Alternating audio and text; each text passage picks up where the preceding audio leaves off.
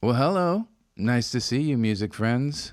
I've finally gotten around to making an episode about my studio and what gadgets populate it.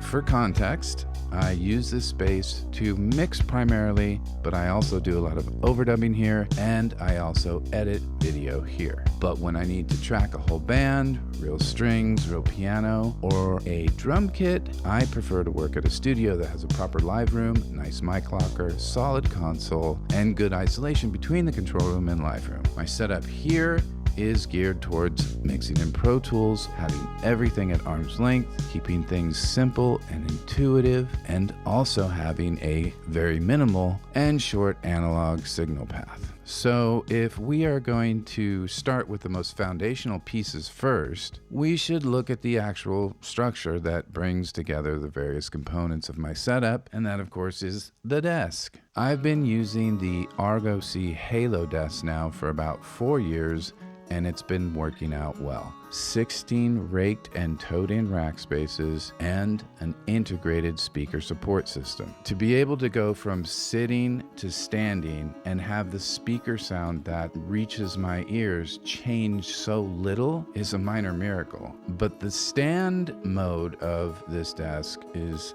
just priceless when you're recording yourself playing guitar or bass. I really enjoy getting my whole body moving and rocking out to the song. I don't mind working at commercial studios where standing isn't an option because I'm generally not working there for more than a few days straight anymore. And let's face it, I mean, most commercial studios are still rocking the right angle setup like this, where you are essentially forced to listen with one ear while working. If they are still rocking the side hack in 2021, the sit stand thing is probably not on their radar.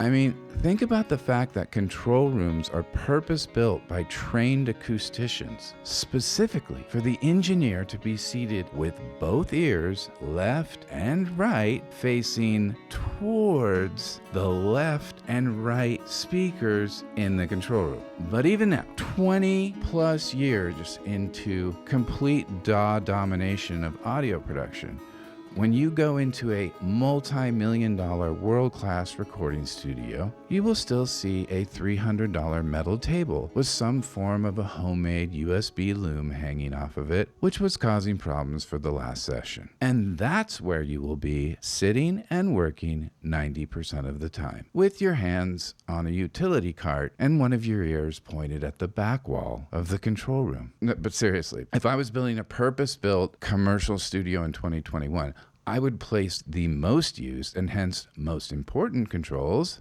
display, QWERTY keyboard, trackball, mouse, in the center of the sweet spot, and place the console or consoles winged off to the sides. At least now, the big console brands are finally offering designs that do make sense in the real world of DAW audio. These two recent offerings from Ssl and Neve both show that people are finally starting to accept reality. And again, we're in a DAW-based world. You gotta have a display in front of you. I've settled into a 32-inch 3840 by 2160 4K UHD display from BenQ. I like to have a lot of space for Pro Tools as I really value being able to zoom all the way out and really get a full view of my session. And I also like to have stereo bus plugins open all the time on the left side of the display, so the 4K UHD resolution works well for me. But that actually brings me to my most touched item in my studio, which is the computer mouse, or in my case, a trackball. Now, if you are still using an actual mouse for audio work, you're missing out on a better life. If you don't know why a trackball is better for media software control, then please watch this video, which I have linked in the description below. I use the Kensington Slim Blade because it is the least fatiguing trackball I have tried, and I really like the way you can simply rotate the ball itself to scroll. The next most touch piece in my studio is the QWERTY keyboard. All DAWs or DAWs require a QWERTY keyboard to operate. Don't let anyone tell you different. In my experience, no matter what kind of control surface you use with your DAW, everyone ends up on the keyboard for a large amount, if not the majority of time, while recording or mixing inside of a DAW. Going to the next most touched piece is going to be the control room section, or in layman's terms, the volume knob. The importance of this component can't be overstated. Everything you listen to in your studio goes through this box before it hits your speakers or headphones. What you want out of a control room section is neutrality, or transparency as it is sometimes referred to. You want it to be clean and as neutral as possible, and that's why I've been using the Grace M906 monitoring system for over 10 years now. Grace is a boutique audio company that makes pretty expensive pieces that you will use your whole career. In the 10 plus years I've had this thing, the only thing that has actually degraded on my Grace is one small section of LED. That's it. The unit itself, to my ears, sounds the same as it always has, which is to say I can't hear it at all. I keep the brain for the Grace in a rack that sits next to my desk and also houses my Avid converters. All my audio sources are plugged into the Grace, and then the Grace outputs the selected source to my speakers or headphones. The venerable but getting quite old now Genelec 1031A. Now I actually use these with the large Genelec sub, and the whole system gives a very full range picture. It also allows me to really know what is going on down low and how the kick drum and bass elements are working together in the sub 80 Hertz range. But I think the main reason I still love the Genelecs is because of their mid-range. I feel like the mids on Genelecs are very flat and neutral, which makes EQing guitars and vocals more accurate. That's the thing I notice most when I listen on different systems. The mid-range I was going for always seems to translate well to other systems. The Genelecs also sound very good at low volumes. The other thing is that I'm incredibly used to them, having used them for over 20 years now. One of the reasons I bought the new Mac Pro 7.1 2019 was its incredibly low self-noise or quietness relative to its CPU horsepower. But the Mac Pro purchase was probably more about its video editing performance than its audio performance for me. My DAW of choice is Avid Pro Tools, and so it's probably no surprise that connected to my Avid HD native Thunderbolt box are two Avid converters. HDIO with 4 analog cards in it, making it a 16 analog in and 16 analog out, and the older blue 192 interface, which only has one digital expansion card in it, and which I use to connect two Fractal Axe-FX 3 units to Pro Tools via AES Digital on XLR connectors. You'll notice that in the left rack, I have some digital and analog pieces. Taking the digital first, we have the HD native Thunderbolt box by Avid, which is essentially a PCIe card in a Thunderbolt chassis that connects your computer to the Avid interfaces. Below that is a Universal Audio UAD2 satellite, and next to both of those are a Universal Audio Apollo X4. Both of the UA units have UA's proprietary DSP in them, which allow you to run their plugins, and I do use a handful of UA plugins in most of my mixes these days. The reason I have the Apollo X4 is for making YouTube videos. Now there are other ways to do it, but I find having two discrete audio interfaces, the Avid and the UA, plugged into the same computer allows me to record my voice and the Pro Tools output separately and cleanly, and provides the best flexibility and redundancy for post. Now, underneath those digital boxes is my incredibly simple analog front end. into rack spaces. The API 3124 is a 4-channel mic pre-box, no EQ, but it does have nice sounding 1/4-inch inputs for recording guitar and bass DI tracks. I use the third API pre to gain up the return from some pedals, which I occasionally send sounds out to, and the 4th channel has my Shure SM7B vocal mic plugged straight into it, and which you are hearing right now. From the API, the vocal jumps down to the distressor compressor, and then from there straight into the Avid HD I/O. Very short and simple signal path for the SM7. So much has already been written and said about the SM7B, I don't think I need to add much other than to say it's a great mic for both rock vocals, and it's just built like a tank.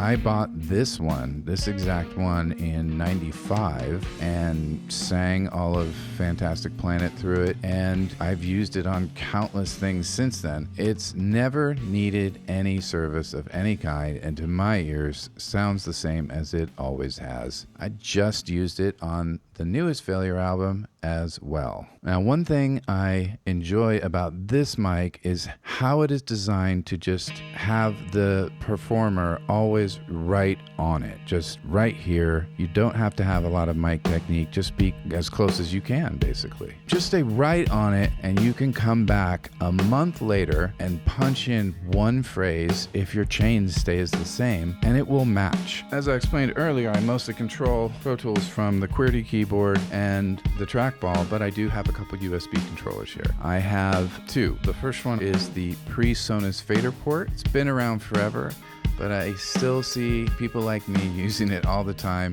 It's a very simple and easy to use solution. If you need one fader in Pro Tools, it's a great thing for that. I do want to be really clear about this though. I actually don't use it that often because I find it's faster for me to make a static level adjustment or volume adjustment with the trackball. It's a couple clicks and maybe a control clutch on the keyboard, boom, level adjusted.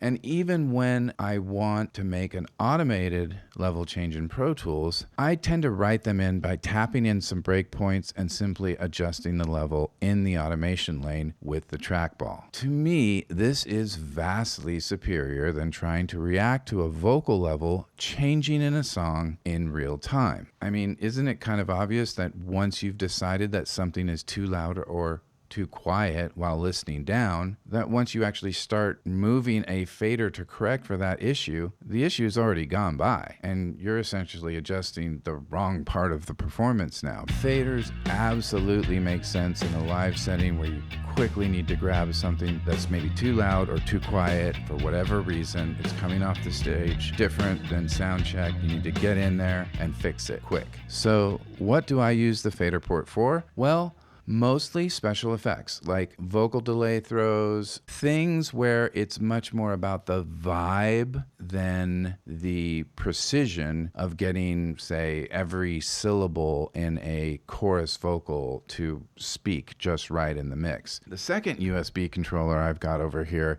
a little bit more involved. It's made by the well-known analog console manufacturer Solid State Logic, and it's called the Ssl Uc-1. Now, there have been a lot of different USB fader packs and plug-in controllers released over the last 10 years, but to my knowledge, very few of these controllers have made any real attempt to look like a specific piece of software or plugin. Instead, they have focused on being able to control a multitude of different plugins, and therefore they've adopted a more generic interface. Almost always, it's up to the user to go in and map all the controls to the different plugins. This scenario just never really appealed to me. I tried it many times and always walked away frustrated at how clunky it all worked together and how much work was involved in getting it running at all. But when I saw the UC-1, I immediately bought it because, yes, it only works with SSL's own channel strip and bus compressor, but I don't see that as a limitation. The SSL plugins sound great, and the one-to-one one-to-one visual connection between this controller and those plugins is priceless. Workflow-wise, this is the fastest channel strip controller I have ever used, and it's the first controller that I've gotten comfortable enough with that I don't even look at the computer screen at all anymore. Last but not least is what I call the analog playground. On the right side of my desk, I like to set up a few analog processors for experimentation. Sometimes I might actually plug a guitar straight into some of these pedals and then into a Fractal Axe effects and then play live while messing with the controls. But more often than not, I'm actually sending pre-recorded sounds out of Pro Tools into the analog stuff and then back into Pro Tools on a new track. So one of the major contributors in terms of happy accidents to the Failure album was the mood pedal here by Chase Bliss Audio. We had this in the rehearsal, early sort of improv stages of making the album, and Greg put it to good use there. And then I've had it here during the overdub process and also during the mix as well. And this thing is just super fun. It just does something really unique and it's very alive. And this was a great pedal to have, and we used it quite a bit. Behind the standard size pedals, rack mounted into the right side of the desk, I have 3 Moog pedals: the phaser, the Murph, and the analog delay. The Moog pedals have a very rich tonality to them, with the high end somewhat muted in the best possible way. But you can also actually patch certain control aspects between the pedals, which is really fun for experimenting. And of course, the analog delay does some really beautiful feedback delay regeneration effects as well.